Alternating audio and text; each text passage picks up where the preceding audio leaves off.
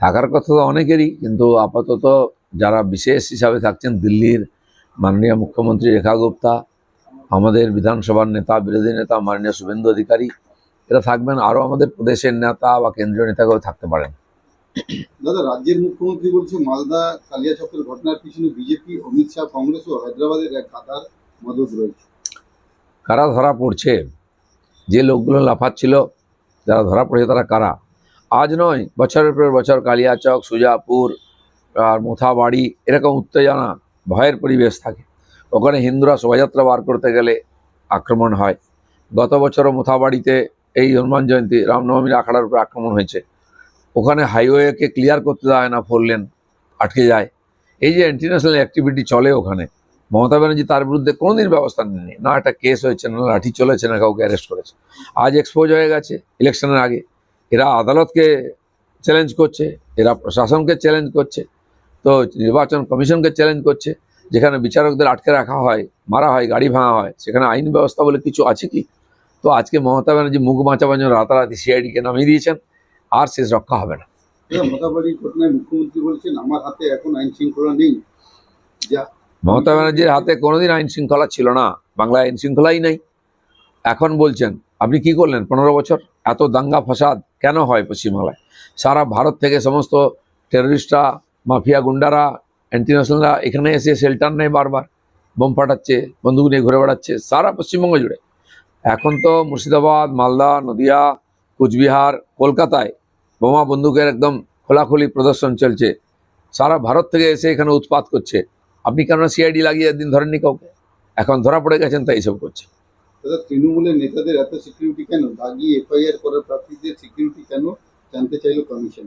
বিলকুল, যত দাগি case jail খাটা তাদের কেন সিকিউরিটি দেবে? মানুষের পয়সা লুট করেছে, মানুষকে খুন করেছে, আর মানুষের পয়সায় যে পুলিশ কাজ করছে তারা তাদের পাহারা দেবে কেন?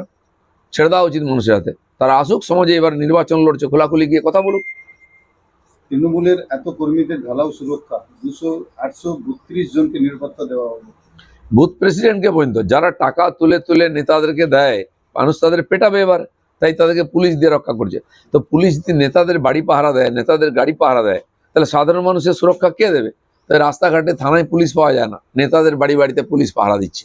দাদা, ফর্ম 6 এর ট্রাইব্যুনাল অফলাইন অনলাইন চালু হচ্ছে আজ থেকে, কি বলবেন?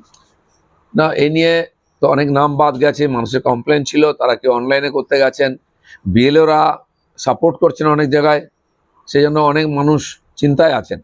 তো এটা চালু করলে যে যার মতো করে অ্যাপ্লাই করতে পারবেন। আমার মনে হয় যারা বাদ গেছেন সবার নাম আবার লিস্টে এসে যাবে। দাদা, আজকে আপনার নমিনেশন, তার আগে গতকাল রাত্রিবেলা বাস স্ট্যান্ড থেকে একাধিক ব্যানার ছিঁড়ে ফেলা হচ্ছে, পিছনে কি তৃণমূলের প্রদীপ সরকারের মদত? এর আগে প্রদীপ সরকারের নমিনেশন হলো 2 দিন আগে, কোনো ব্যানার পোস্টার ছিঁড়েছে বলে কেউ কমপ্লেন করেনি, ছেড়েও নেই, এখনও আছে। আর আমরা কাল সন্ধ্যাবেলা লাগিয়েছি, রাত্রের মধ্যে ছিঁড়ে ফেলা হয়েছে।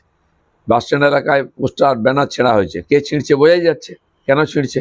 তো নির্বাচন কমিশনের দায়িত্বের মধ্যে পড়ে এটা করা, নাহলে আমরা নির্বাচন লড়বো কী করে? নির্বাচন লড়তে পাড়ায় প্রচার করতে গেলে লোক লেলি দেওয়া হচ্ছে, ব্যানার পোস্টার ছিঁড়ে দেওয়া হচ্ছে, তাহলে নির্বাচনটা সুষ্ঠুভাবে কি করে হবে? এটা নির্বাচন কমিশনকে দেখা উচিত। নিশ্চয়ই অভিযোগ জানাবো, যা হবে সব কিছু অভিযোগ জানাবো, কিন্তু অভিযোগ জানাবো না প্রচার করব, প্রশাসন এটা দেখা উচিত। দাদা, রাষ্ট্রপতি শাসনের দিকে নাকি বিজেপি এগিয়ে যাচ্ছে এই বাংলাকে বলে অভিযোগ করেছে। না, যে ঘটনা ঘটেছে মোথাবাড়িতে বা সুজাপুরে, কালিয়াচকেতে, এটাকে বিজেপি করেছে নাকি? চারদিকে হিংসার পরিবেশ, আদালতের আইন অমান্য করা হচ্ছে, বিচারপতিদের আটকে রাখা হচ্ছে, মারপিট করা হচ্ছে, আমাদের প্রার্থীদের নির্বাচনে প্রচারে বাধা দেওয়া হচ্ছে, মারপিট করা হচ্ছে, এটাকে বিজেপি করছে নাকি? এতদিন যে পাপ করেছেন তার ফল ভুগতে হচ্ছে এখন।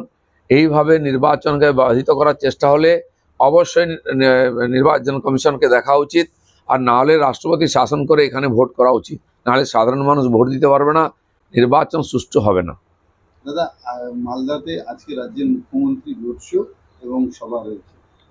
এবারে ঠেলায় পড়ে জেলায় জেলায় ঘুরছেন। এতদিন তো কলকাতাতে বসে ভাষণ দিতেন, সব জায়গায় আমি দাঁড়িয়েছি যেতান, এখন ভবানীপুরের গলি গলিতেও ঘুরতে, লোকের কাছে হাত জোড় করতে হচ্ছে। এখন এটাই হচ্ছে পরিস্থিতি। একদিন যা করেছেন তারা ভুগছেন, এখন জেতার কোনো চান্স নেই, তাই আরও বেশি পরিশ্রম করতে হচ্ছে, কিন্তু শেষ রক্ষা হবে না।